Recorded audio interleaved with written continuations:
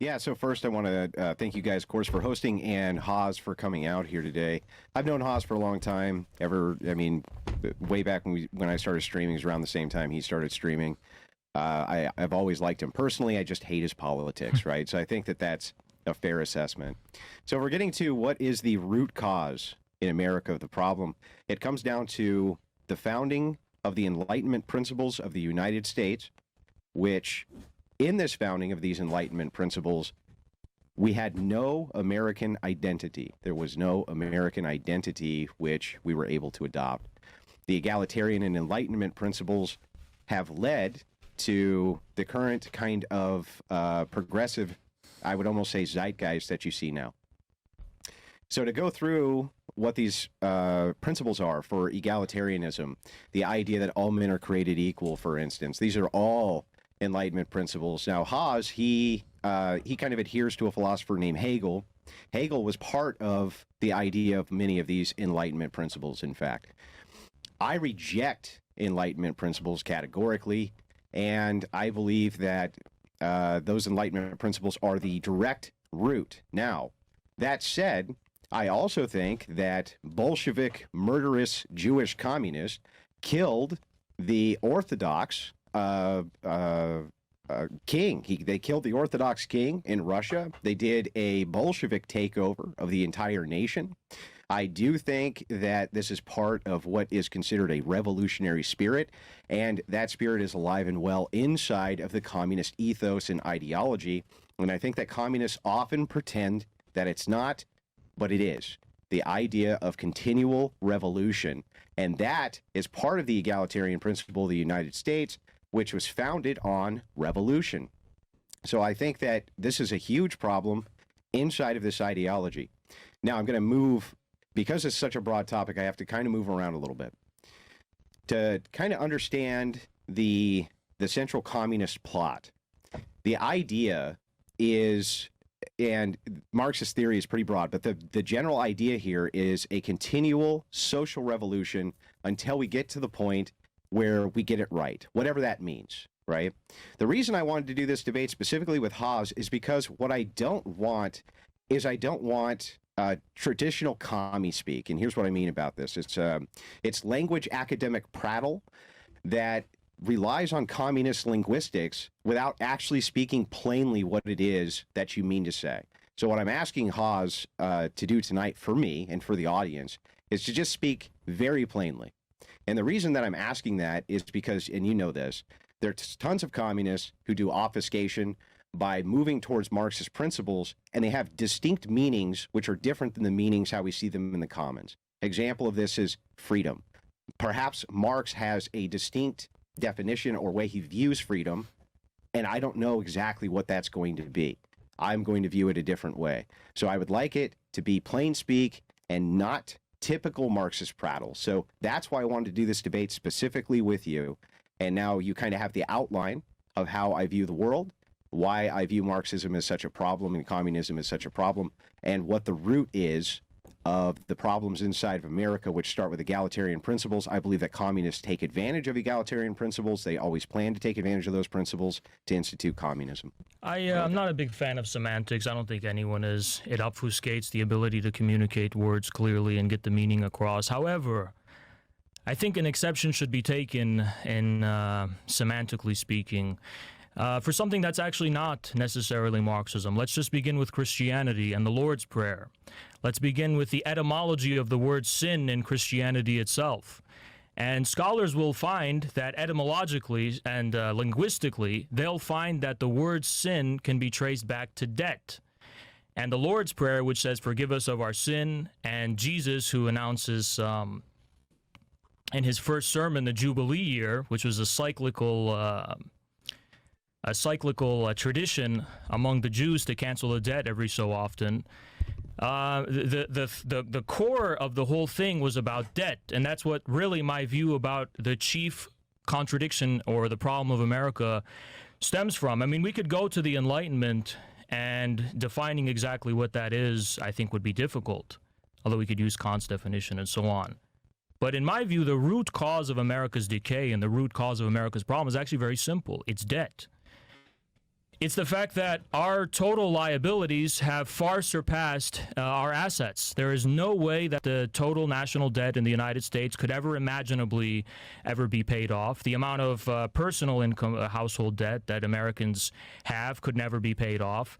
And we are faced with a problem where the debt is being used as a pretext for the 1%, an extremely small minority of exploiters and capitalists, to gobble up and seize all of the assets and all of the wealth of this country on the basis of them being collateralized in the first place. So, to me, the real root cause of the problem is that we are being held to an economic principle, namely the strict kind of the narrow terms of a very ruthless form of capitalism, and we're being crucified and penalized for having basic economic needs that we need met, not only at the level of public spending, but at the level of individuals who need to get by and make a living for themselves. And just because of that, they're being punished with endless and self-multiplying and unpayable debt. And to me, communism, if you want to simplify it as far as how I see it in this country, communism means canceling the debt. This is precisely what those murderous Bolsheviks did, which is what incurred the response of every major great power on planet Earth invading revolutionary Russia in 1917, 1918, because what was Lenin's first act? He canceled all of the foreign debt. The Tsar had accumulated all of this debt from the French banks in order to finance the limited extent of industrial development that he was partaking in. And the debt was unpayable. It was immiserating the Russian people, the Russian peasant. They were becoming slaves. They were becoming proletarianized. So what does the revolutionary Bolsheviks do when they take power? They cancel the debt. I don't think the elites really care about your ideology as much as they care about what you do. And the one thing consistently we see across history is that when you cancel the debt, when you raise the question, the property question of debt, you are touching upon something that they regard as very sensitive. You're touching upon the very source of the power of the international capitalist class, the thing that allows them to gobble up and steal and loot the material wealth of all mankind. And to me, communism is already in the Bible. You know, it's not necessarily something that begins just with Marx. The revolutionary message of Jesus Christ, and I do regard him as a revolutionary, was to cancel the debt. And it's also my message. I'll yield the rest of my time if there's any. All right, yeah, there's a minute left, but I guess we'll go into round one. So are you saying communism is freedom? Yes, I think so. I mean, if you look at the Liberty Bell, it uses a term, a Hebrew term. I think you'll have to forgive me because I don't think I remember it exactly. It's something Durir or something like that.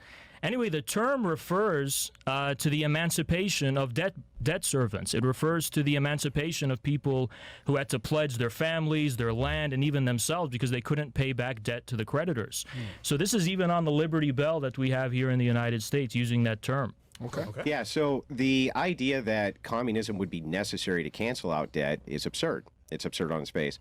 We have plenty of history to demonstrate this. Andrew Jackson already did this. Andrew Jackson killed the central bank. He used the entirety of his administration to pay off all the national debt, which he did. Okay?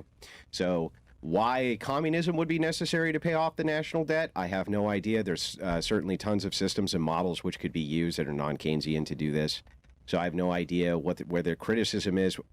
If you're saying that debt can be crippling to a nation, I totally agree with you. However, communist nations in the past, including Stalin's nation of Russia, was also under crippling debt. I mean, communism did not prevent it at all from incurring a massive amount of debt, which also led to financial collapse, in fact, because it didn't have access to external capital and needed it very desperately, in fact, I would say, in order to keep its country propped up. So I would kind of categorically reject first in term of we need communism to cancel the debt. We have a historic example of a president already did this in Andrew Jackson. He completely killed a central bank concept, gave the ability to Congress to coin money, paid off the entirety of the national debt. He had nothing to do with communism whatsoever, most certainly wasn't a communist.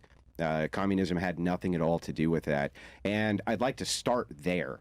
Maybe I can start the inquiry there so that we can just kind of dive into it without kind of bloviating for 3 minutes so we can just get right into it.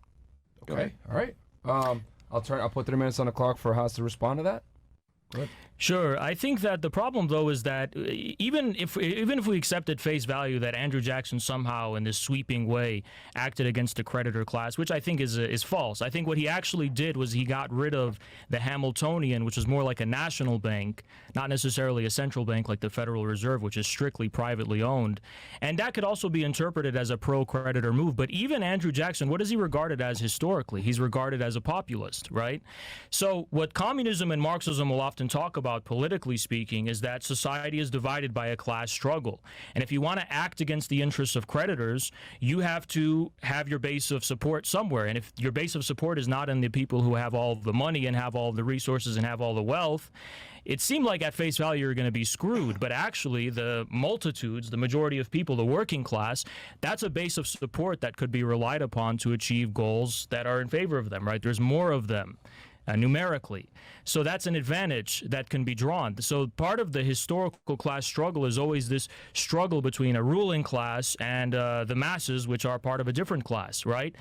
And in the case of Andrew Jackson and other cases of populist leaders, I mean, for example, even the Farmers Alliance and the Populist Party, they were calling for a cancellation of debts, and they weren't Marxists and they weren't explicitly communists. But as long as they're unable to scientifically understand the ability for their strategy to work and succeed, as long as they're unable to understand the dynamics I just mentioned, that it's a class struggle, that you need this reliable basis of support, inevitably what's going to happen is exactly what did happen in American history. The creditors will return. Again, this is off of the premise that Andrew Jackson was an creditor president, which I disagree with. But even if we assume that was true, it's clear that the way history played out was exactly the opposite. It's clear that the banking class, the creditor class, actually emerged here in the United States from the indigenous industrial capitalists that were promoted already under Lincoln, right? So I would respond basically with, well, why did the debt come back if it was so simple? Yeah, so... Okay. Yeah. I will go. Okay, so that concludes that round one. We'll go ahead to round two. I'll put 3 minutes on the clock again, and go ahead, Andrew. Yeah, so I mean, this is going to be a continual struggle. As long as you have leadership which wants access to money, the only thing that they can do is offer up their people as a form of credit for that money. That's the only thing they could do, is offer up the tax base as a form of credit. You know this, and I know this. This is the way that all nations basically back up what they need as far as credit for their nation. They're going to put the taxpayer as the kind of collateral for whatever the loan is that they need. So the reason that this is kind of occurring again and again and again cyclically, I would actually say that this is due to egalitarian principles.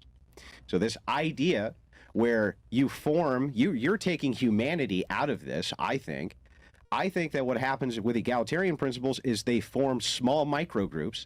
These microgroups then have their own assessed and addressed interests. And once they realize that they can raid the treasury via the vote, once they realize that they can vote in their own interest to steal your money, whatever these groups are which formulate, they will do that. And that is part of I think, democracy in and of itself and egalitarianism in and of itself. Communism does nothing to solve for that. How would communism, absent a central authority, where it was some type of totalitarian dictatorship, I do not understand how communism can actually solve for this issue. If you're going to allow people to participate in any sort of democratic process whatsoever, and you're going to allow them to participate in any sort of government process whatsoever, they're going to have to be able to vote or somehow participate. Once they realize that they can steal, Group A can steal from Group B via the vote, they will do so, because Group A will always outnumber Group B will always outnumber Group C. They can always vote themselves Group A, B, C, and D's money. All you need to do is have the numbers. Communism, this was known, was a big problem with. This is why Giovanni Gentile himself kind of points to the idea of these large trade corporations swallowing up the smaller trade corporations. Now, these were actually trade unions, but he kind of understood. He came from the idea of Marxism and communist theory. So he says, well, wait, we need a body of the state which can control for these small groups coming in and basically taking over these other groups just via numbers. You point to this yourself when you say, look, they have the numbers. I agree. Group A has the numbers. Group A can always vote or use force to take from Group B. You still haven't really explained to me how communism solves for this problem. I don't understand how communism itself or Marxist theory is going to solve for that very human problem. I'm a little bit confused about exactly what you're talking about, because it seems clear to me from concrete historical examples that the only forces politically in modern world history that have ever been able to wage and mount a long-term defiance of the global creditor class, and which is therefore the global capitalist class, have obviously been communist states. I mean, what loans did Stalin need to take out and debt the Soviet Union into? What loans did China need to take out under Mao in order to enslave and indebt their country to international capitalists? No such thing, because we have to look at the source of where credit comes from. Credit doesn't just come out of thin air. It comes from actually controlling the means of production. I don't want to use Marxist jingo because I know you have a kind of allergy to that, but it's fine to do. Just explain what the term means. Means of production. It just means the fundamental way in which the basic necessities, economic necessities of your country are produced. How do people get clothed? How do they get fed? How do they get shelter? Right? How are things made? So this is the natural resources. This is the factories. This is the technology. These are all the fundamental meat and potatoes of an economy that are necessary for human beings in a given context of civilization to exist as they do. So credit, the ability to actually issue credit, comes from a fundamental stranglehold and control over means of production. Historically speaking, it was always land. If you controlled the land, you could use that land as collateral to give out loans and further gobble up more land, because debtors would have to pledge their land in order to take out the loans. So historically, this is the origin of pro kind of creditor classes emerging across many different eras of history. But in the case of the capitalist era, it's actually clear that we have an ownership of the means of production that is purely for profit, which is owned by us and gobbled up by a small minority, which inevitably culminates in monopolists like the Rockefellers, the Vanderbilts, the Morgans, and so on and so on. And they are the ones who actually built the foundation of the Federal Reserve banks in the United States. If it wasn't for the fact that they owned the railways, they owned the oil, they owned all of the factories, and so on, the steel, the rise of the Federal Reserve and the pro-creditor policies we see today wouldn't have been possible. So this communism solves this problem because the fundamental means of production are owned in common. They're owned by the state, they're owned by the people in some other form, and this prevents the need, it prevents the need from taking out foreign loans necessarily in order to develop your country. You can develop from scratch. Now, there's drawbacks from that because it creates instabilities that, historically, I won't deny, have led to brief but very, very severe, economic dysfunction, right? 10 seconds. Yeah. So, but I don't see the problem. I don't see how communists haven't solved this problem. I don't understand what you're getting at there. Yeah, you still haven't actually explained how communism has solved this issue. So, yes, it's true that rich industrialists definitely got together with the political class in order to pass the Federal Reserve Act. There's no doubt that that's true. I agree with you that there's a groundwork setting for this with rich industrialists who definitely moved towards the Federal Reserve. There's just no doubt. That's a matter of historic fact. However, you still haven't really explained how it is that you would prevent Group A, if they're going to participate in your communist utopia or society, from stealing the wealth of Group B, right? As long as they can vote or somehow participate in the political process, they can vote themselves Group B shit. There's not, I don't understand how communism solves for that. You say, well, the state owns the means of production along with the people. So when it comes to credit, well, the people are still going to be the form of credit.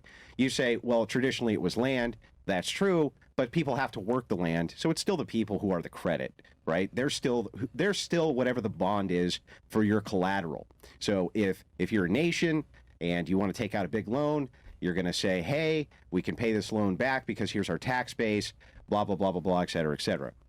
You still haven't actually explained how in communism, if people are allowed to participate in the political process, how do you prevent them from stealing the capital if they have a larger group than Group B? Can you just directly answer? It's still my time, but just just go ahead and give the Yeah. direct answer. I mean, Yeah. China is a communist country which doesn't have this problem. Does that not answer it? Because the reason they don't have the problem. That's a mixed economy. Well, look, the Soviet Union didn't have that problem, and neither did China. Because in order for different private groups to constitute themselves as separate political interests, They weren't allowed to participate, though. you're Hans. right, precisely. That's the meaning of proletarian dictatorship. You have a one-party state. You don't allow different groups and private interests to constitute themselves as a So you political want power. authoritarianism, ultimately. Absolutely. Yeah, so authoritarianism under a single person.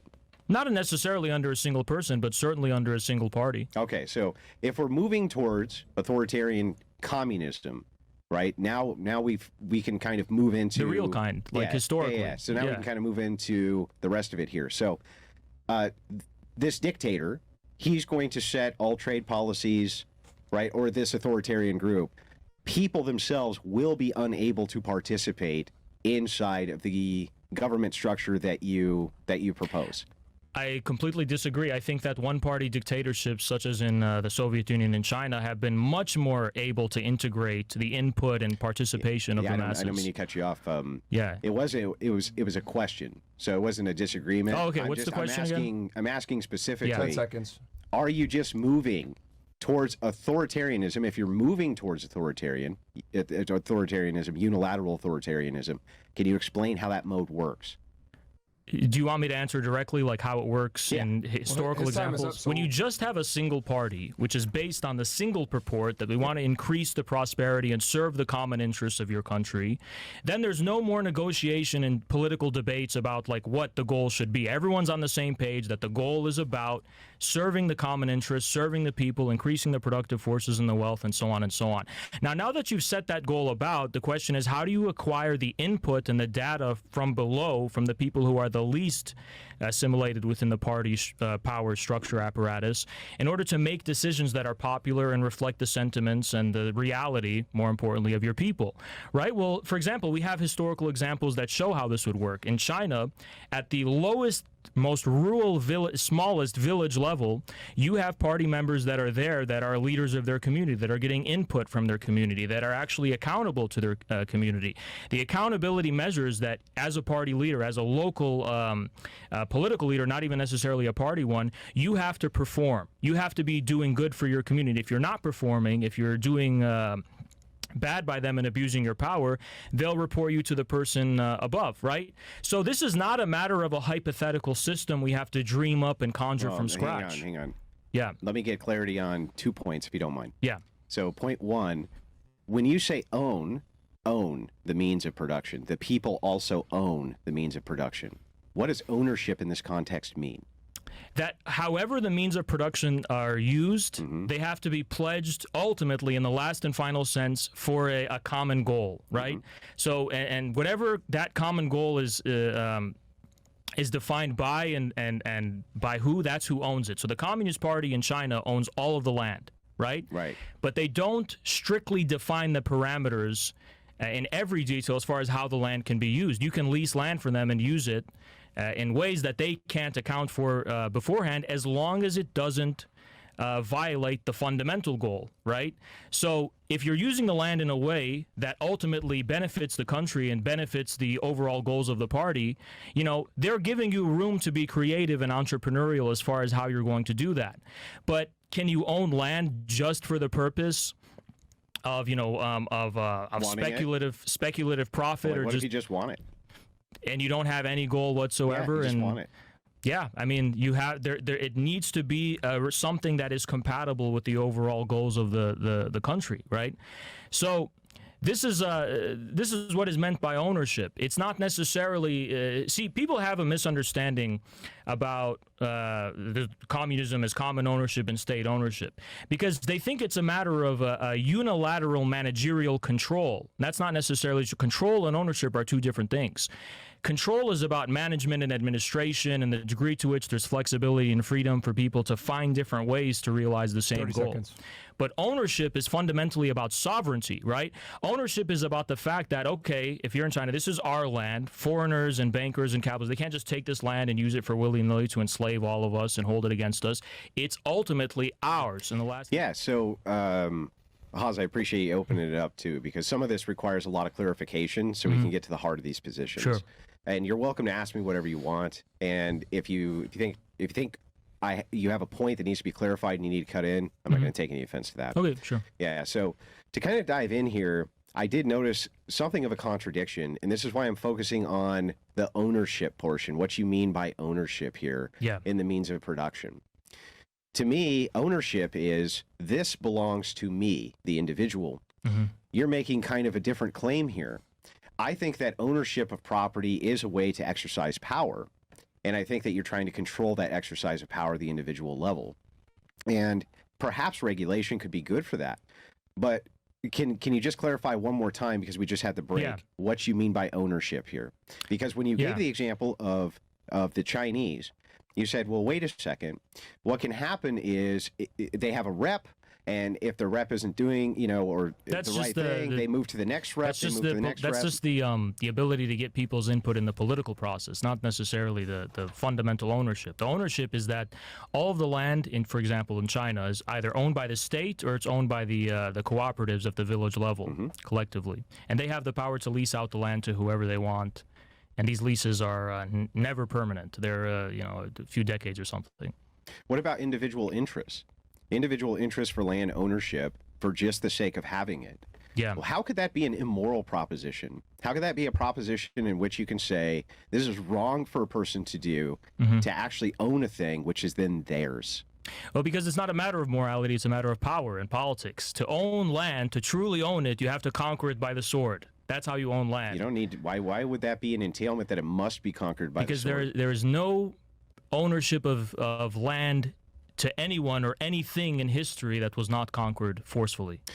Perhaps you could say certain groups come in and they take land, right? Yeah. Sometimes the land isn't even occupied, right? Right. They don't even need to use force. They just put up a flag and say, this is mine. Yeah. What makes it not theirs? What makes it not theirs is, what makes it theirs historically from classical political economies, they'll say because their labor was used to cultivate the land and their labor is being used to participate in it, this is what makes it theirs. This is what makes it reflect their fundamental essence and their fundamental being, right? But when you have societies constituted by a very complex division of labor, where in order to produce the civilization itself at the aggregate level, you have a bunch of different moving parts and a bunch of different kinds of labor that are working together, that are necessary and indispensable for each other. I mean, if for a factory, you need, there's so many different specialized roles just for something like that, right? That's just at the factory level. Now think of it at the level of a country. There's so many different types of labor that are necessary for a nation to exist, just to be able to feed itself and clothe itself and so on. No disagreement there. So how can we pin down, if you want to take this at a more moral level, that someone in particular is entitled absolutely to own this in the way that you're talking about, like at the level of sovereignty and power, when they are interdependent on others just as much as well? Because if all we have is what's intuitive, and it seems like this is the system that you're advocating is intuition, I don't see how else you're advocating for anything other than and I'm going to be tongue-in-cheek a bit here, my preferences, right, and my intuition. Intuitively, people seem to want to own things themselves. They want those things to be theirs. They don't want them to be collective. For instance, right, I own my wife. Now, I don't mean ownership the same way that I would maybe own this studio or something like this. Yeah. But I think you understand the gist, or the geist, as Hegel would say, of what I'm getting at here. She's mine. I'm not sharing her. I'm not sharing my kids, right? Now, aside from the wife thing, we can get into that later. But let's just say this mug. This is your mug. I want to drink out of it. I don't want to share with anyone else. It's mine. No. This is, I get what you're saying now. Yeah. This is my mug. I use it for something. It's mine. I'm the one who uses it, and it's mine, right? So you're giving content to it. You're using it in a way that is reflective of your humanity, reflective of your existence, and of course, any civilization recognizes and respects those boundaries. That this is yours because this is what you use, right? But here's the problem: capitalist private property isn't just about I want to use this, and that's what defines its exclusivity. It's about an institution where you're pledging fundamental means of production and resources that we all depend on and all rely upon for the sole and exclusive purpose of making a profit. Not even necessarily making profit for like a predefined goal of like, I want to get rich, I want to have a yacht with women, and I want to have a luxurious life. Even that would be more compatible with communism, because at least there's a goal that's human at the end of it, right? But the capitalist system doesn't have human goals. It's a maddening process of capital just self-expanding blindly only for the purpose of profit. What your systems don't exist in a vacuum. When you say a capitalist system, you're talking about people. These are human beings who are at the heads of these systems. I don't believe that just because you're a capitalist, you're a monster. Of course, you don't believe that either. No. Nor if you're invested in a capitalist system, you're a monster. No. Clearly, though, people want to individually be able to have at least some autonomy, law, right? Law of yourself, to own things which are theirs and they share with nobody. It's not yours. It's not to help you. It's not to do anything for you. And you can go fuck yourself, right? But that's just a personal use. That's for personal consumption. Yeah, but the thing is like, why is it that would in any way? Well, but hang on. You said when I asked about private land ownership, you said no, you can't own that unless it's benefiting somebody else. Oh, no. Okay, there's a misunderstanding there. Okay, I could clarify. I'm talking about, for example, owning fundamental means of production that like everyone relies upon, right? And you just saying, I want this just because I want it for no reason. Yeah. Well, that's if you want it just because you want to use it exclusively, that's still a reason, right? That's not for no reason. That's not an arbitrary thing. There's civilization, and it varies by what civilization we're talking about, recognizes boundaries by which, privacy of the individual is recognized. See, this is the thing that I think is so difficult, and I think this is maybe the language stuff you were talking about earlier, that, Marxists are obfuscating language. Well, it's because things didn't always mean what they mean to us now, like private property. We think of private property, we're like, this is my lawn, it's private property, fuck off and don't come on my lawn. Like, oh, that's private property. But in reality, the private part of private property wasn't that it was an exclusively individual or human use. It was that this was institutionally cast off for a reason that is totally antisocial, totally incompatible with civilization. Culminating in capitalism was just money for money's own sake. Well, can you give me an example of what you mean when you say this? An example of private property being utilized this way when you say, well, what it actually is. I would say when banks own so many homes that are meant for people to live in, just for purposes of speculation and just for purposes of generating fictitious capital and fictitious profits that are not even productive. This is exactly what I'm talking about. A bank owns an asset. Well, hang on, I'm sorry. Yeah. Let's back up. I'm talking on the individual level. Before we get to the corporate level. That's the beautiful thing about what I'm talking about here. That's the kicker. We tend to think that capitalism promotes individual ownership and individual autonomy or whatever, but the opposite is true. Capitalism has led to banks owning everything, not individuals. And to me, that is exactly the consequence of the system of private property itself. Yeah, but how would communism itself, the way that you are promoting it here, is not really telling us why we wouldn't just be shifting from bankers owning everything to just Group A owning everything. If you believe in force doctrine, Group A, in this case, government's just going to own everything. They'll allocate the housing how they see fit instead of the bank. It seems like all you're doing is shifting from one person who owns everything and is then utilizing speculation, everything else in order to, profit themselves, to just another group doing the exact same thing. Well, I would say, although there's no guarantees that it would be perfect, I would say it would be an improvement. Why? Because the banker is accountable to no one. It's my private property. I can do whatever the fuck I want with it, and I'm accountable to no one. Even if you have a corrupt... Haas, hang on. Yeah. Who the hell are you accountable to when you have the force doctrine on your side? Banks... What do you mean? One thing banks don't have... banks themselves don't have force doctrine. They rely on governments who they bribe to protect them from, the people or whatever. They own the government. Yeah, sure. Yeah. But in this case, all you're doing is shifting the goal to the government doing the exact same thing you're claiming these banks are doing. On what now basis? They have all the machine guns too. What redress do you think the people have? Okay, so even if we're talking about a corrupt authoritarian government that's communist or something, right? Even if it's corrupt. Wasn't that all of them? No. No? No, they weren't fundamentally corrupt. But even then, even if we assume they were, it's still better because even in order for them to not get overthrown instantly, right? They have to at least justify themselves on the basis that this is what we're using it for and have to be held to that standard. Even if it was corrupt, that's better than if a banker owns everything or bankers own everything for totally antisocial purposes, just to, systemically dysfunctional purposes, right? Ones that don't even make rational economic sense, just for the purposes of making money, but the money's backed up by nothing and it's self-multiplying because of the way interest works, and it's totally negating its own fundamental premises. It's not being reinvested. Even if I agree that this could be superior to a banker class, right? Yeah. It seems like neither class is necessary for humans to be dominant.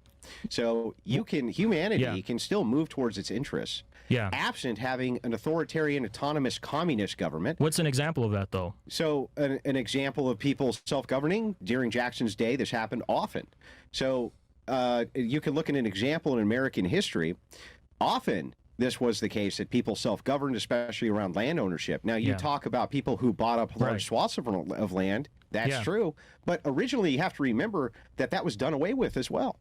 You could not buy up X amount of acreage if it was outside of the public use. So the reason for this is they wanted to stop those monopolies from happening. So I agree with you in this sense, that it's okay. But they happened. Under communism, the same exact types of things happened. Like what? Like what do you mean? Like the government now, you just have shifted the means of ownership. But when has this happened under a communist government? What? Which thing? When has a creditor class, a monopolistic class, been able to just come and take over everything? Who has it? So you're just shifting the authority from the bank to the government. So when does this happen under communism? Hang on. It always happens under communism. It's just that you shift who owns the means of production to the authoritarian portion instead of the banker portion. It's the same thing. But at the worst, a communist government is mismanaging. They're not fundamentally using the resources for an antisocial private goal. So, okay, when you say... Or else, if they are, then it's like the collapse of the Soviet Union, where oligarchs just come and they just say it's no longer communism. But when you say antisocial goal, what do you mean by antisocial goal? One that in no way is accountable to the public and to publicly accountable and stated and enunciated goals, like the 5-year plans they have. They have to draft up. That's all private property ownership. I don't have to account for what I do with my private property to the public. It's none of their fucking business. You're right, but a communist party does. Yeah, right, exactly. So the thing is if I'm under the communist party, right, and I have my private property, do I have to give it a fucking accounting to them of what I'm doing with my private property? If I own 300 acres and, what do you mean? There's an eaves there, or there's something in the public domain, under communism, all of the fundamental means of production, including land, will be owned in common. Now, if you're leasing out the land, let's say to the state, and you have the rights to the lease one way or another because historically your parents had it or whatever, do you have to be accountable for everything? I mean, no. I mean, look, you think Chinese fruit stand sellers have to report to the government everything they're doing? Absolutely not. There's even more. It's even ironic. They have more autonomy and freedom and wiggle room than here. The government's turning a blind eye to it for the purpose of social cohesion.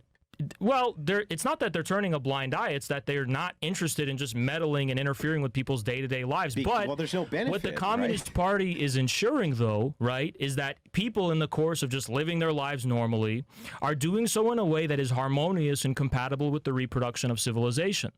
This is the problem in America is not necessarily there's too much government or too little government.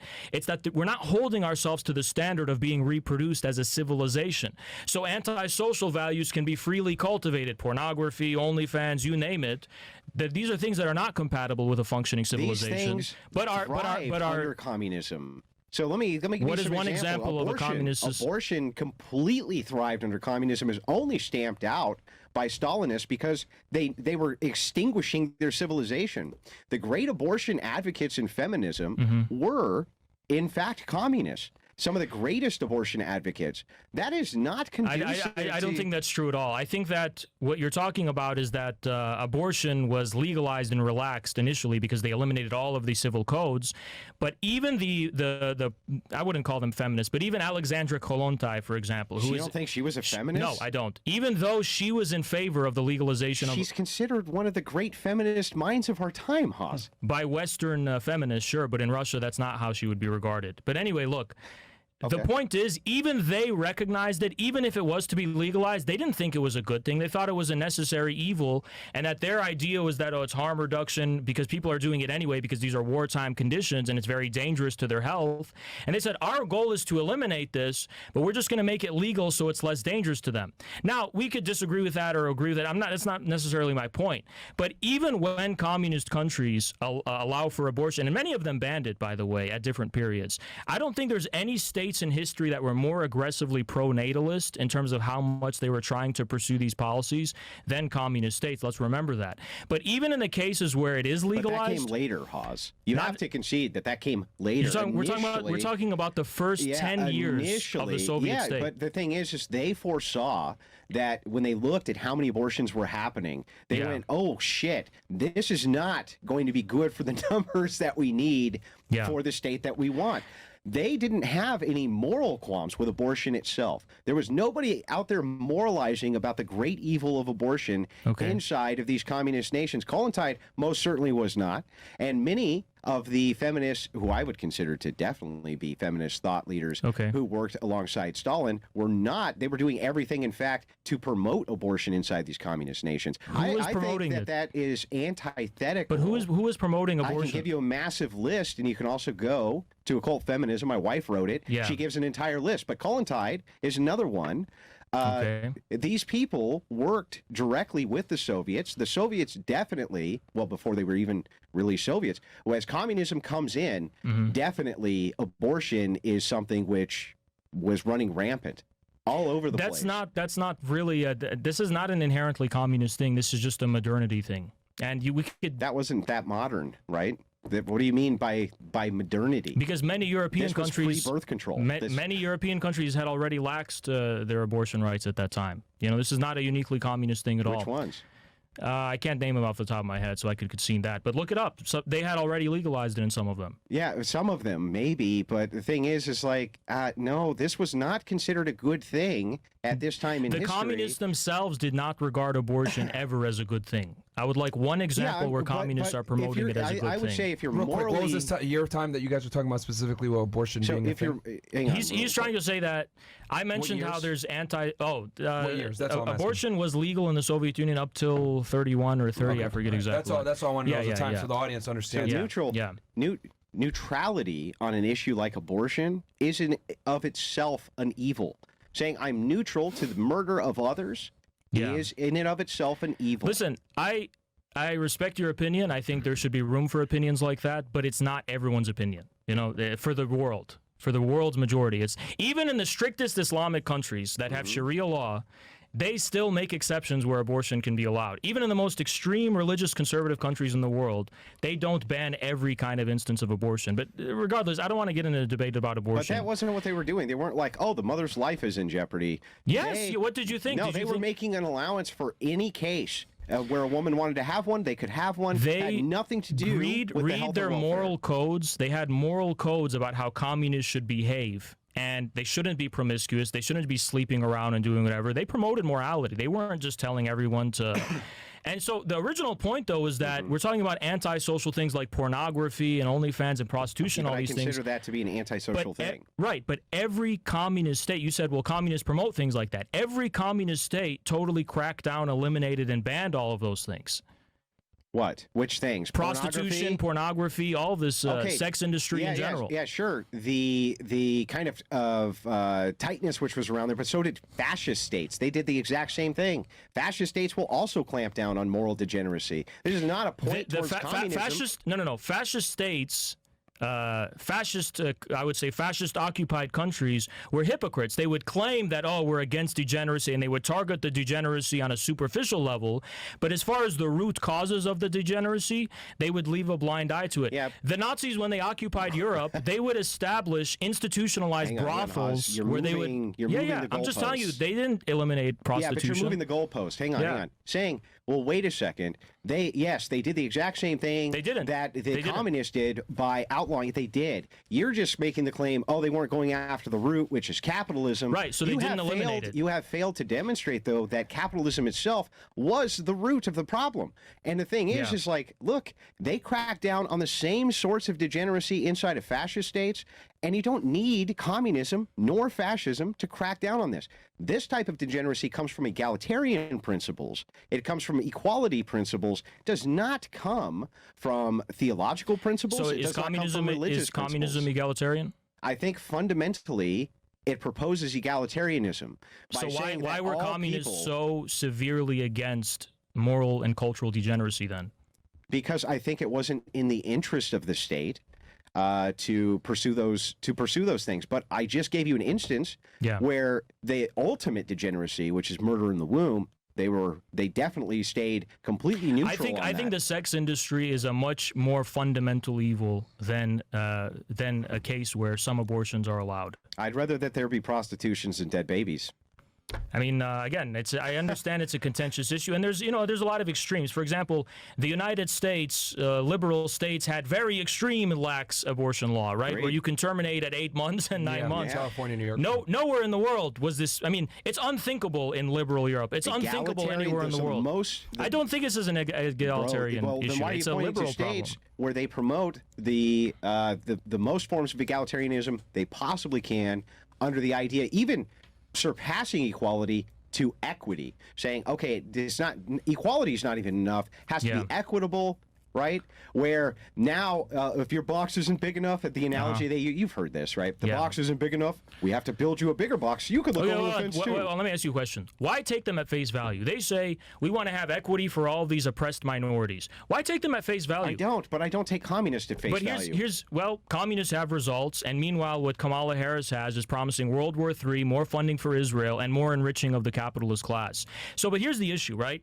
This talk of equity and stuff, is it not clear that this is just a way to stem the majority working class populist currents in your country? If I'm constantly propping up minorities as a political tool, it's not that I want everyone to be equal or it's about egalitarianism. It's just a political strategy to demoralize the working class majority. You're absolutely right. But that being said, I can concede the point that this type of class warfare is being utilized on purpose to create division among individual people. You and I both agree that that's true. Okay? There's no dispute there. But saying that communism, the answer to this, is to strip autonomous property rights, period, right? Which is basically what your position reduces to. Seems like you're really throwing the baby out with the bathwater here. I want to draw from the spirit of the Communist Manifesto, which is like, we don't want to strip the autonomous property rights of the individual because capitalism has already done this. Capitalism has enslaved and immiserated this entire nation with debt such that even business owners, and this is the quintessential example that we're told of free enterprise, majority of them are in debt. They don't own everything. They're in debt. They have to pay mortgages. They have to pay interest on the loans that they took out. And how many of them are actually profitable? Even the biggest corporations in this country are in debt. They are not autonomous. Even the largest, most, you name them, Starbucks, McDonald's, whatever, they all are in debt, and it's ultimately the bankers and the financial institutions that control really everything. In debt. They get obscene profits, and they report that they have a lot of debt, so they don't have to pay taxes. That's true. They're not in debt. That's only true for the industries that collateralize. That's most industries. No. The industries that collateralize the loans that creditors give out. This is oil. This is energy. And on that account, you're right. This is what the oil industry does. Going back to force doctrine, right? Yeah. Who gives a shit how much debt you have when you have the most powerful military on planet Earth with a navy that can say, "Oh, we'll just blow you up, fucker." But who owns that military? The United States government owns it and deploys it. But if the government is in debt and 50% of my income taxes are going to servicing the interest on the national debt, then our government is clearly occupied and controlled by the private interest. By who? By the private interest. And who are they? The international financial institutions, the bankers. And who owns them?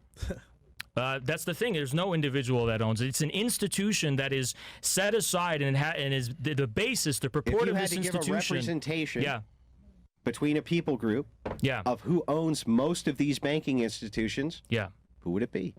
You think it's the Jews? I'm asking you. I don't think it is. I've looked up the numbers. I've looked up the names. I've studied this. I've had my people study it.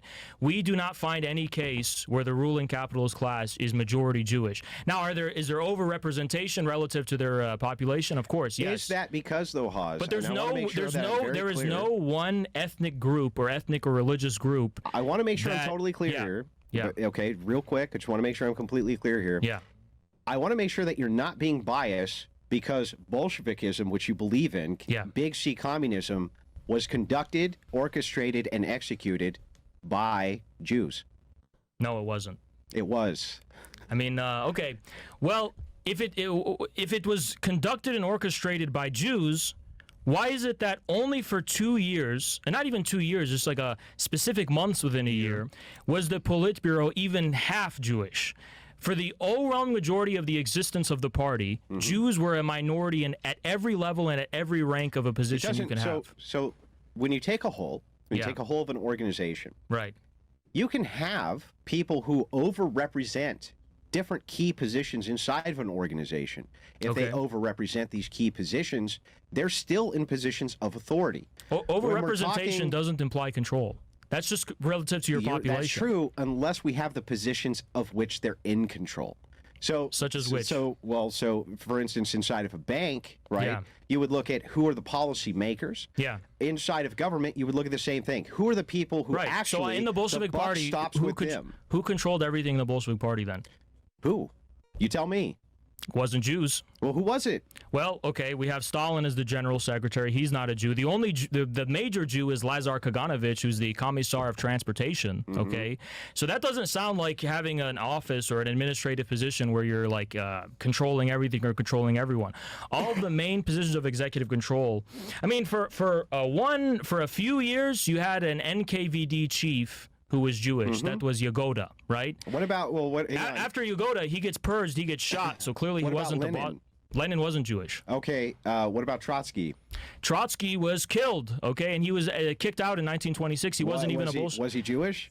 Trotsky was a Jew, but Trotsky he was not a Bolshevik. The thought leaders, right? He's not a thought leader. The thought leaders definitely were Jewish. Nope. Yes. Nope. Yeah, I can give you a list. I'll explain. Give me the list. I'll explain the history to you. Okay, explain. Trotsky, the Bolshevik Party existed for decades. Understand? That was Lenin. That was Stalin. These were the OG Bolsheviks. They were a group that stuck together, right? Trotsky was never part of this group. Trotsky latched onto the revolution at the last moment in 1917, and because of his pledging of support and enthusiasm, the Bolsheviks let this guy in, okay? Now, when all is said and done, the Civil War is over. Trotsky is trying to usurp power from the Bolsheviks. Stalin has to come and say, you're not one of us. You weren't an OG. You know, you weren't there with us in the very beginning. So Trotsky wasn't a Bolshevik, and he was kicked out in 1926, shortly after the state itself was created. So to say that Trotsky was a thought leader of the Bolsheviks, A, he's not even really a Bolshevik. B, he wasn't in all a significant influence on the formation of the Soviet state because he was kicked out in 1926. Okay. Let me concede the point that it wasn't. And then we'll fast forward to modernity when you're trying to talk about these issues which communism is going to solve.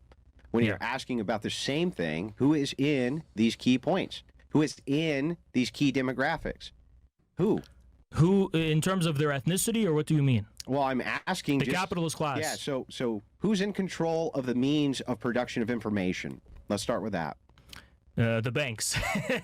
It's really going to come down to the financial institutions. Let's talk about the media itself. Same thing. Okay. Is there any overrepresentation? Yeah. Look. There's so many different groups with overrepresentation, though. Episcopalians have overrepresentation. As a matter of fact. Yeah, but if you look at a percentage which is narrow. Yeah. The narrower the percentage gets, the more the overrepresentation becomes. The reason I'm hesitant to focus that it's the Jews, because the majority of Jews. Didn't say that. Yeah, but the majority of the Jews are not in power, and the majority of the people in power are not Jews. Now, if there's a relationship of overrepresentation relative to their population, that's fine. We could talk about that and what the causes of that are. But that overrepresentation doesn't prove they control it. It just proves that they're overrepresented. That's it. Yeah, but so what would be the proof that you control the thing? The proof, it's in the very nature by which your power over the thing is executed, and it's all superficial. Right. There's a capitalist system in which all of the wealth. We need to be super clear here. We need to be super clear. Yeah. I need to know, Yeah. how do I know if you're in charge of a thing? How do I know that? You will know them by their fruits. Right. You know them by their fruits. Right. Okay. So all we need is critical positions. That's it. Okay. The critical position, the decision making, this type of thing. Okay. That's how you know And who's the in only charge of a consistent thing, right? variable as far as how power has been executed and has been used, right? Let's just talk about the last 50 years, is to enrich the capitalist class. That's the only constant variable. Is it to enrich the Jews? Well, why are there all these poor Jews in New York that are dirt poor, that have literally nothing, that are Orthodox Jews? Why are they literally broke, you know? Why are there so many Jews that are broke? It's clearly not for the benefit. By the way, nothing has been a bigger disaster for the Jews, if you ask me, than Israel itself. Okay, the Zionist project has been a total failure and a big disaster. In whose interest was the Zionist project? But hang on, let's move back a little bit. Yeah. What the fuck would there's some poor Jews in New York have to do with anything that we're talking about when Because it comes the to only the consistent key variable, grouping? know them by their fruits, enriching the ruling financial class. That's the only consistent variable. Okay, so you can have poor people who are in New York who are whatever ethnicity. Yeah. I still don't understand what that would have to do if you have an overrepresentation of certain groups in keyed-in positions. Well, what are they doing in those positions? On behalf of whose interests? What are they using their power to do, to fulfill? To enrich themselves. There you go. Yeah. So that's the capitalist class. It doesn't matter if they're Jewish. It doesn't matter if I they're... don't believe that if you were a communist that you couldn't do the exact same thing. That you couldn't enrich So yourself show the examples, though. of communists enriching themselves. Yes. Did Stalin die poor? Absolutely. He died with died nothing. poor. He died with a pipe. He died with his shirt and his suit, and I think he had one small cabin in the woods somewhere, and that's all he had. Look it up. Okay. He had nothing. He had no bank accounts. He had no wealth. He literally had nothing. He could just get whatever the hell he wanted when he wanted it. What evidence is there that Stalin was living a luxurious life? Even Khrushchev in his memoirs, Khrushchev would complain and say, Stalin, you know, he's so hard on us. This is in the 1930s. He makes us eat porridge every night. We're never able to eat nice food. He makes us live austere, ascetic lives. This is the nature and character of Stalin. So what? So he makes you eat porridge? This somehow means that he doesn't have complete and total unilateral control of the state. He clearly did. Where is the proof that he is using power to aggrandize himself and luxuriously? You mean the proof that Stalin is what? He's utilizing the state's resources to enrich himself? Yeah, where's the proof? Yeah, he's in charge of the state. Could he have whatever he wants when he wants it? Stalin is someone who fully put himself in the service of his country and his people. Fully. Not even 1% was dedicated to himself. Where is the evidence of that 1%? I'm trying to be clear here. Yeah. What is it that you're asking me? Was Stalin not the head of the state of Russia? Yes, he was. Okay. Yes. Could Stalin get whatever the hell he wanted whenever he wanted it? Could he? I mean, could he abuse his powers? You're saying maybe, but had he abused his power, there would have been consequences. When you're in a position of total unilateral control, whatever your preferences are, He didn't. Even the CIA released a memo in the 1950s that said it's a big myth that Stalin has total control. He doesn't. He's accountable to his party. He's actually accountable to his party. Unless he wanted to kill him. He could only kill people in the party if he had a consensus of the party. That's the thing. It's not just that Stalin didn't like this guy, he had him killed. It's a big nonsense myth. So Stalin, who is the unilateral leader, you're saying, okay, so would you say that Kim Jong-un or Kim Jong-il, same thing? The problem is we have an information blackout because all we get from North Korea are bullshit stories, like Yeonmi Park and all. We have an information blackout. The reason we know as much as we know about Stalin's Soviet Union right now is because when the Soviet Union collapsed, the archives opened up. So we can actually look and see about how it was working and what was going on. We have CIA stuff that was leaked, all this kind of stuff. North Korea, there's not a lot of information, and the only information we do seem to be getting is bullshit, you know? Yeah, but so let's move back again. When you're talking about North Korea, you say, okay, there's an information blackout. What I'm asking you specifically, though, you say Stalin has never used his position of power to enrich himself. Where's the evidence of that? Yeah. So when he's in service to the people, what is he doing as part of this service? What is it? Leading them. He does what a leader does. Doing what? What do you think a leader does on I'm their asking day-to-day you, tasks? what is Stalin doing here? Is the position He is of leader? attending to and overseeing the business of the state, Mm-hmm. making sure that the 5-year plans are being executed Mm-hmm. correctly, attending and being he's literally reading the letters of ordinary people that are being sent on a regular basis to him. He's actually reading these things and replying. He's overseeing the people that are under him, making sure that they're doing their job. He's consulting with all the different departments of the state in order to make sure that everything. This is what leaders do. How many people died under his reign due to the massive famine, which was caused The one in 32-33, Yeah. where there was a combination of one of the biggest droughts in their history, and there is proof that the Kulak class was destroying and burning grain as a There's form of also political massive resistance. proof that they were trying to reallocate and redistribute these supplies, and they were literally putting them in grain houses and in storage units and things like this. They were rotting away because they were trying to distribute equally The these famine. types Listen, of supplies. the famine was a disaster, but let's actually place things into The context. dialogue, so I understand exactly what your position is. I'd finally like to get into the moral position of communism. But not the famine, because I kind of want to. Yeah, we can get to that. Yeah. But can we start with the moral position of communism, and then we can dive into the famine portion? That's where we left off was the famine, but wherever you guys want to start. Yeah, I'm cool with the moral stuff. Moral I first just want to one, make I want to make sure that we don't bypass it because it's an elongated conversation. Sure. I'm gonna start the timer anyway, just so I know it. But you guys go ahead, take it away. Yeah. So my biggest issue here is the reconciliation. So I'll concede a few points. There's no doubt that Haas knows far more about communism and communist history than me. He should, right? He's not an orthodox apologist, for instance, nor. So I expect that he knows inside of his domain more than I do about X thing. But it still has to, from his view, logically add up to two things. One, the practical application, which I can concede even there could be some practicality to communism. But I need to know the moral implication. And this is what we're diving into, is the moral implication. And I need to know what you're basing this on other than your own intuition. And if there is something external to your own intuition, and why we should follow it. I would say, and I'm gonna posit this, that people themselves need to have something which is higher than them to move towards. I think that you would say the same thing with the state, right? But History, when it comes to decadence, right? How's communism preventing this except with the barrel of a gun versus argumentation and the ethics around argumentation that you find from religion and theology? And I'd like to dive into the moral discussion of that. I think, it's a good question. I think that, I reject the separation of morality from the other spheres of this, the division of labor, so to speak. I think that a human existence, inclusive of its economic reality, inclusive of its social and political reality, and its historical reality, is infused with the moral. The moral has significance for every historical era, for every historical situation we find ourselves in.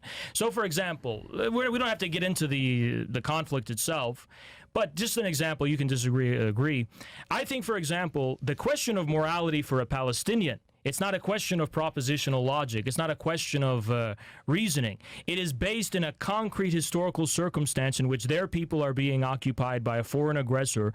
And it is, yes, maybe it's a matter of intuition, but it's the clear moral path, which is to resist, right? So history is riddled with situations like this. I would argue that every instance of the emergence of prophets, biblical prophets historically, they're giving people a message, but the message is not being justified to them on the basis of propositional logic. It's not being justified on the basis I'm of not asking for a rational authority. I'm not asking for it makes prop sense logic. in the time that it's in, and people heed the call because they receive it as something that's making sense of the injustice of the era they're but living there's in. many things here which would make sense even in this situation, which could be superior to picking a side. For instance, why do I care if Jews and Palestinians kill each other? Fuck them, right? What do I care? Yeah, but if you were a Palestinian, you would regard it as the moral thing to resist, Or no? if I was a Jew, I would regard it as the moral thing to exterminate the Palestinian, right? But what kind of morals would you have? I think as Stalin Well, to quote... but this is why I'm asking for kind of the epistemology here. And I'm Yeah. not asking for anything too precise, Yeah. right? Kind of the general idea. I don't actually understand what the moral proposition of communism is, and Hegel certainly is not offering one. Okay. So what is it? What is the morality I of think communism? look, I don't want to. I'm not dodging the question. This is a direct response. Yeah. Putin said that the moral code for communist builders was a document the Communist Party of the Soviet Union released precisely to answer this question. He says it's the same thing as the Bible. It's the same thing. It's this is not what the Putin same said. thing. Well, in my view, the morality of the communists is not a morality separated from the one that is actually ingratiated and is based in the historical existence of the people through the Bible, through the Quran, through the Confucianism in China, for example. The communism were killing the Christians. They weren't elevating them. Communism, we can get into that, but communism doesn't propose creating a morality from scratch. We regard the real moral sensibilities of the people as they actually exist, as they've been inherited and passed down by generations. What are those moral? Like, what is the moral thing we should be moving towards? We are no longer. That question is a descriptive question. It's not a propositional one. It's not what should it be. It's what is it. It's a question of analysis. So, for example, we can say the morality. It's also a question of the analysis. Hang on. I'm sorry. I don't mean to cut in. I want to clarify though. Yeah, there's a descriptor, that's true, but we're looking at an is and an ought here all the same. Yeah. So you say, okay, we can adopt to the description of whatever the morality is. Clearly, you're not going to adopt the prescription of the morality of like putting someone on a pyramid, cutting out their heart, holding it up to the sun god. You would say, no, we're not doing that. But human beings did do that for a long period of history. Yeah, but that doesn't mean communism would endorse that. No, absolutely not. So it's moving towards some because communism something. Is not something that is separating itself from the development of history. It's the culmination of history. We're not here to reject the Bible and reject the religious traditions of the people. Then what is your grounding to say you can't take them on top of pyramids and cut their hearts out? Why does there need to be a grounding for that? Why does there need to be a... And by grounding, by the way, you're talking about propositional logic. You're talking about something that is basically the self-consistency of a concept. Well, we do need to know why. I regard that, but I regard that as an impossible... why we're moving towards something. The foundation of morality does not lie in logic. The foundation of morality lies in existence. It lies in the real existence of people struggling to make sense of that existence in relation not only to themselves, but toward others and toward the natural world. Oz, let's back up a little bit. Yeah. Yes, I will agree that there's something far more expressive about what morality is than propositional logic or logic of any kind can really ever express. The external that you're talking about. Yeah. But you should still be able to give me a general idea of what it is communism, the moral descriptions of communism are moving towards. So in Christianity, for instance, let me give you the example. Inside of your worldview, isn't it true that you believe that it's material conditions, right, which set what men will do, not some sort of ontology which is the man, which sets what they will do? Materialism is not about a single directional cause and effect. What man is doing is a material reality. It's not that the material reality is the cause of his actions. The context by which his actions are suspended in a way that reproduces his real existence is a material existence. So how do you win? So if this was a video game called Communism, the game, what's the win condition? What do you mean? Inside, so if you have a video game, let's say you have World of Warcraft, it's going to have its own economy, it's going to have its own player base, it's going to have its own everything, right? It's not reality, but it's like a demi-reflection of reality, right? So inside of the game, there's going to be a victory condition, right? The victory condition is, kill this bad guy, right? You beat the game. Okay. So what is communism's answer to beating the game? So the Christian answer is theosis. That's how you win. You beat the game, you become more like Christ, you enter into theosis. This is our objective. What does that actually... Hang on. This is what we're moving towards. This is what we want. Theosis. That's the victory condition. What's the victory condition inside of communism? What is it? What is the thing that we're moving towards so we know we beat the game? Broadly, I would say the overall development of the productive forces and the prosperity and well-being of mankind. And how do we know that that is the moral thing to move towards? Probably in terms of population growth and the growth of wealth. So, the growth of wealth? The growth of wealth and the growth of human beings. For the nation or for the individual? For the people, not just for the individual. Of course, not just for the individual. And how is it that you, Haas, describe what is a wealthy person. What is wealth to an individual? I think it can be recorded objectively. I mean, you by wealth, I'm not just talking about luxury. I'm talking about the necessities of people to exist. So the growth of a population, for example, can clearly be an indication that there's an expansion of wealth. It can be, but the poorest people also populate the most now. And they could not survive relative to, you know, they survive better and often than the rich who abort their kids, and the middle class who abort their kids. But if it was not for at least a relative degree of the expansion of the overall productive forces and material wealth, they would not be able to survive. The poor seem to survive better than the rich do. Then why weren't the rich don't reproduce? Then why weren't there 8 billion people in 1800? Well, so you have, and by the way, we're about to go way less than 8 billion people now. Sure. And there's never been more wealth. But in 1800, we couldn't. Hang on. There's never been more wealth produced. I agree. On planet Earth. But so hang on. In 1800, we couldn't support that amount. Hang on. Let me ask the question. You have just contradicted yourself. How could it possibly be that we have now produced more wealth on planet Earth than ever before, but we're moving into a birth rate crisis like we've never seen before? There's no possible way that we're going to be able to reproduce at 8 billion long term. That's fine. No projection. But in 1800, 8 billion people could not exist on Earth, because the material wealth and the productive forces and technology wasn't advanced to a sufficient degree to support them. There's also an issue of it takes X amount of generations to reproduce X amount of people. We don't know exactly when the starting point was. How long do you think human beings have been around? I don't know. Neither do you. No, I don't. I'm just saying, like, do you think it's at least... I have no idea. Is it at least thousands of years? Yeah, thousands, sure. Okay, so there's thousands of years, okay, and we can clearly... Do you think that we're recording the population accurately, or maybe like in ancient Egypt there was like billions of people? Just so, because I don't think there was billions of people in ancient Egypt, but that makes my point, not yours. I think that there's a clear case in which we can see the expansion of the growth of the population globally, you know, corresponds, at least if it's not absolute, it's a rough general tendency that this is because of the expansion. Can be a correlate, but that doesn't. Hang on, I'm not going to let you evade this. You didn't really answer the question of how you reconcile this contradiction of saying, well, wait a second, it really takes a lot of wealth for this expansion to happen, and then you say we're creating more wealth than we ever have before, but this expansion of population is not happening. In fact, it's going the other way. Well, okay, I think there's two different arguments. I'm not necessarily saying that growing wealth will inevitably, under all circumstances, expand the population. I'm just saying because materialism is not the goal. Hold on, that's not. I'm saying it's a necessary prerequisite for it to be possible, though. I'm saying that.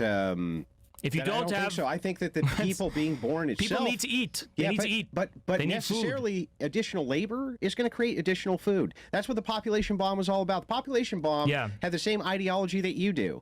Oh, hey, there's too many fucking people, too many mouths to feed. I'm not saying that. I'm not saying that. I don't know. Listen. I'm actually saying we should have more people on Earth. Okay. Yeah. My point, though, is that in order to have more people, you need to be able to support them through developing the productive forces. Yeah, but just having more people is going to necessarily do that. It necessarily adds to labor. Even if that's, well, even if we, I don't know if that's exactly true. I think How could it not be true? Because increasing the because it's not just labor, because there's finite resources, but when you increase the methods of production with the same amount of resources, you can actually yield more. That's going to require labor. Yeah, but labor alone is not enough, I think. I think it's clear that... What else could... I mean, the resources are everywhere. Here's the problem, right? We have a steady rate of population growth for thousands and thousands of years, right? Thousands and thousands of years, right? So if it's... in some areas, yeah. Okay, and then in the last 200 years, it's like, wow, it's like all the way going up. In the last 200 years, it's gone the opposite. So from the year 1800 to right now, I can pull up a graph right now and show you. Okay. It's literally done this. The birth rates have dropped and dove out like nothing you can even imagine. The population has decreased significantly in the last 200 years? It's going to. So you're going to see the zenith of this. But I'm not talking about what it's going to. I'm talking about what has happened as a consequence of the Industrial Revolution. The birth rates in the West have sunk like this, even though they're producing the most material wealth. Because we utilize immigration coming in to bolster our numbers doesn't mean shit. We're bringing in to the tune of 1 million All right, listen, immigrants per year. Let's say I concede the point that in the foreseeable future, the population numbers we have now are not going to be sustainable. What does that have to do with the fact that the only real, how do you explain why in such a rapid period of time the population has grown as significantly as it has? Because it had land to expand. Because of land to expand. So, for instance, let's take the United States, for instance. But why population density has nothing to do with it, because most of the land on Earth is not dense, populated densely. So you can expand into it. So technology assists. There's never been a deficiency of land. Technology assists with that, yes, but you have to have people. People are the ones who drive technology. But there has never been, there was not a shortage of land 3,000 years ago. There was a shortage of people. Every single human being can fit in Texas with a homestead. There's not a shortage of land on Earth. There was a shortage of people. Why was that? Because you have to hit a zenith snowball effect forward for reproduction, just like you have to hit... I'm going to explain it, Oz. Give me a second. What causes that, though? I'm going to explain it. There can be a multitude of different things which can cause this. There can be religious puritanism that can assist with reducing population. Hang on. There can also be wars which assist with negating population, and there can be a lack of expansion. But what I'm saying is that you have to have X amount of people constantly reproducing. You have to, everybody has to be able to replace at least themselves and somebody else, right? You have to be able to replace at least you. Why? Most people were not even able to do that. I just want to clearly understand something. Mm-hmm. You agree that we've been around for thousands of years. Yeah. So for a short period of that time, the population has exploded, yes? Well, it's all throughout history. There's been times where it hasn't been a steady rate of growth. You can look at the chart. I didn't say it within a short period of time relative to when we've existed in general on Earth. Multiple times. Is this what I'm saying? Like, do you think that there was a point in human history before where there were this many people, or what? I'm not saying that, but that doesn't logically make sense. I think that it's clear that that doesn't logically make sense. The main cause of population growth, okay, as far as the modern period, has been the development of the productive forces and industrialization. I think that's pretty obvious. I'm not disputing that technology has assisted with this. What I'm saying is that the thing which makes the technology possible is the people element. It's the human element. Humans have been around for thousands of years. Yes, why is it only until recently? You still have to have X amount of numbers who can run the production of this technology in order to continue this bloodline going. You have to have that. But why is it only recently that the population exploded? It's not recent. There's been many times in history where there's been explosions of population. Relative to the 8 billion people that are on Earth right now, yes, it was recent. No, okay, but you know what else? If in 4000 BC, when you're eliminating half of your population, like you're doing in China, where you go, oh, we have too many people, we're just going to start drowning them, right? When did they do that? You can curtail. Oh, the one-child policy in China. Yeah, how did they eliminate half of their population though? They're slated by 2050 to have eliminated half of the population via birth rate. I've seen different statistics on that, so I'm not going to really get into it. But I think we need to get into it. By 2050, 2060. Yeah. I've seen by 2100 it's going to decrease to 1 billion. I've seen that. I haven't seen the extreme numbers that you're talking about anywhere. They're slated. Okay. 2050, half the population. That's crazy. Let me ask you a question. Yeah. In South Korea right now, do you know what the birth rate is?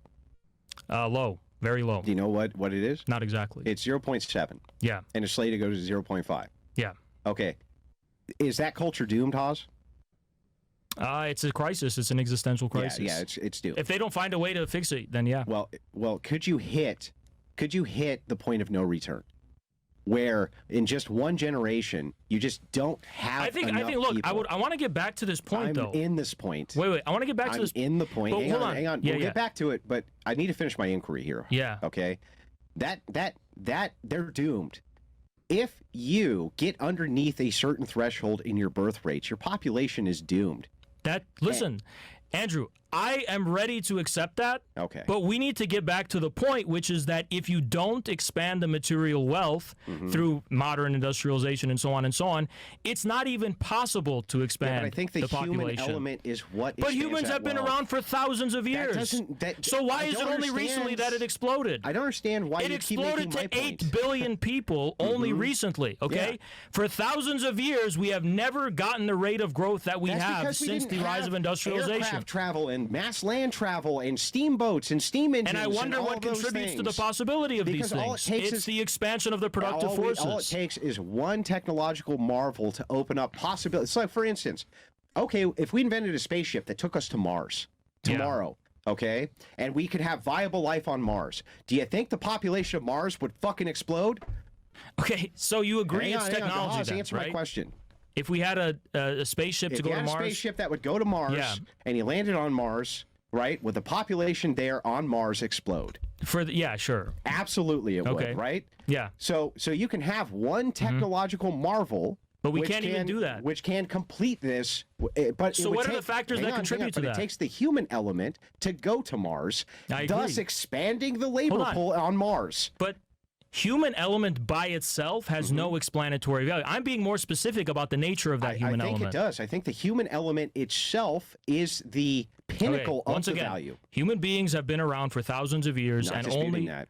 only recently, okay, have we seen the explosion in the population relative to every other Yeah, but point that's in the history. Mars argument Sorry. I just made. Sure, absolutely. They've been around for thousands of years, but the Yeah. second they can make a rocket ship to So Mars, let's be more now specific. the Martian population explodes. What about the human element, and this has to have explanatory value, is necessary for population Oh, it growth can that work. we've seen? What about the human element needs to be there? It can work. It can work. So human beings have not been working for thousands of years I until didn't recently? say that. So what needs to be there? What's the decisive thing? The human being. Yeah. Because absent the human being, you can't expand. Right, but human beings have been around for a long time. So what's the decisive Didn't say thing that for the they- past few didn't hundred say years? they weren't around. I don't understand your argument, Hoss. I think just to bring it back to the whole topic at hand, I think both of you are obviously correct. Like you're talking more about technology, he's talking about the human element, which creates the technology, but both need to be.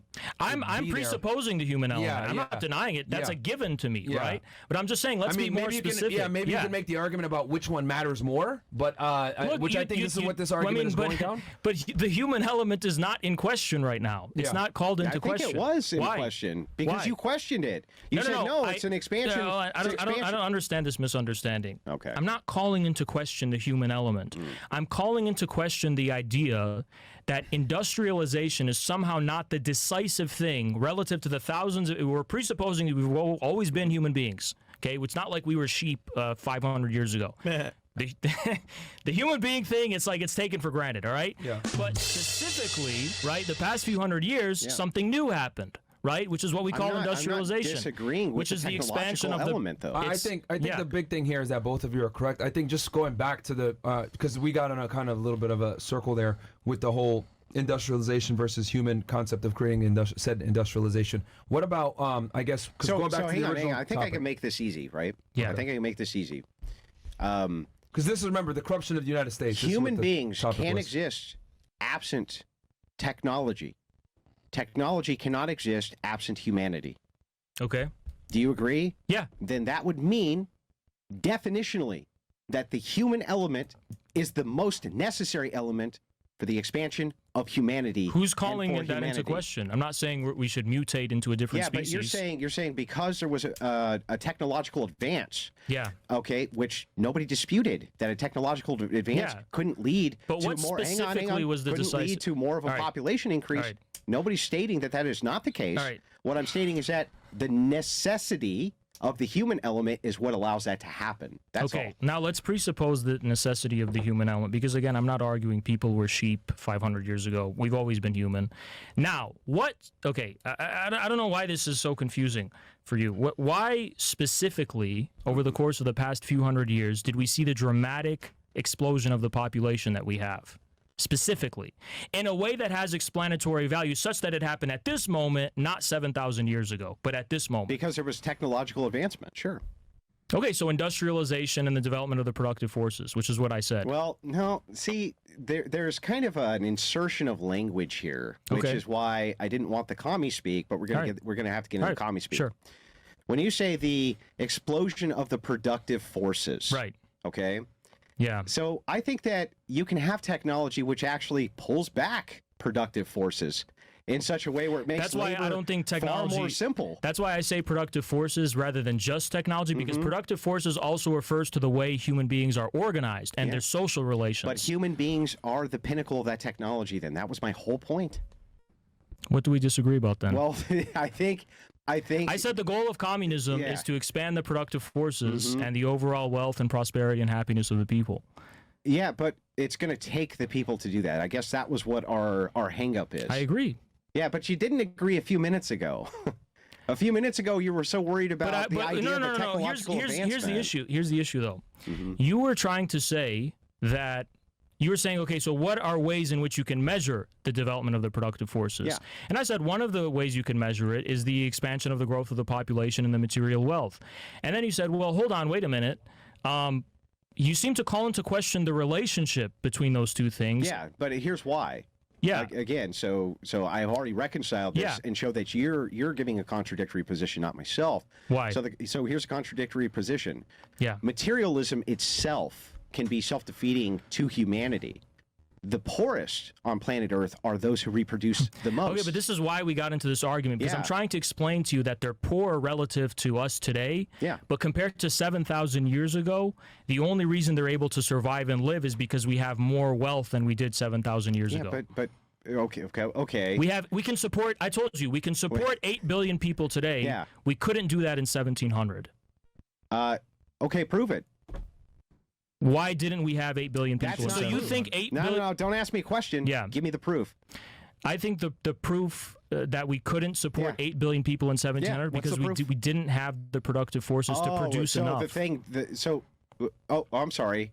What productive thing do you think was necessary to support 8 billion people in 1700? Things like Oz? the Green Revolution, where we revolutionized agricultural methods to yield outputs that are not That's even not conceivable proof. in Saying that 1700. technology has advanced and is better than it was in 1700 is not a Do you think dispute. that- do you think that no, the- you're do not you getting think- away with this.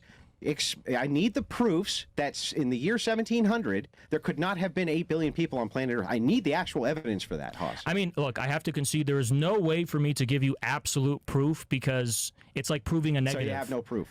I have no absolute proof Then that why do you make the assertion if you have no because proof I for it? think it's fair to infer we couldn't support 8 billion people in Based 1700. on what? Because the growth of the population reliably seemed to correspond to being able to yield more outputs in agriculture and material wealth and goods that are necessary for people to survive. You're saying That's the fund. completely Hold on. speculative. Andrew, you're saying you tried to say earlier that the fundamental factor is actually just more labor, and that's why I roped More in and people. asked. Yeah, more people. Yeah. But we've had the capacity to grow the supply of people for a very long time. It's only when we added the factor of industrial modernization that seemed to compound in the explosive population growth that we've seen in the past few hundred Yeah, years. but correlation is not causation, and this is why you would need to demonstrate that in the year 1700, Yeah. we could not have supported 8 billion people. What about the technology Yeah. could not have supported 8 billion people? You don't think like medicine was important or anything?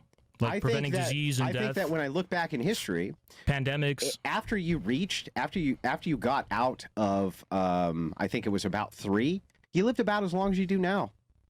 Okay, so the medicine wasn't a decisive factor to support more people. I think that it's helpful, Okay. right? But I would also make the counter argument that medicine can also be very detrimental. That obesity, all What of about these different more? things. What about more intensive agricultural methods that allowed us to have with the Sure, they same can amount all of help. land? None of this is a demonstration, though, that in the year 1700 there couldn't have been 8 billion people who lived comfortably on planet Earth. Do you think? Where is the proof that you have? No. It's not my assertion, okay. Haas. It's yours. You can't okay, put sure. the burden of proof on me. So I want to know where you stand on this. That's why. So in 1700, I doesn't- suspect that they didn't have the agricultural methods to feed 8 billion people in 1700. Okay. So what are the requirements for these agricultural methods? The argument started at 1800, but I mean it's fine. Yeah, It's- whatever. Yeah, whatever. Again, it's a combination of the increase of technology, as you put it, and the relations of production organized in such a way that frees up the means of production from their, Real quick, guys. previous I think we've use. kind of like hit a standstill here because Yeah. you guys are both actually correct, and I feel like just from listening to this, you guys are kind of talking past each other because Yeah. both of you are 100% correct. That I'm not sure obviously- we are. Okay. Thanks to the famine, Yeah. we'll never know. Yeah, you're arguing more along the lines of, hey, it's people and population, and then you're arguing more it's technology.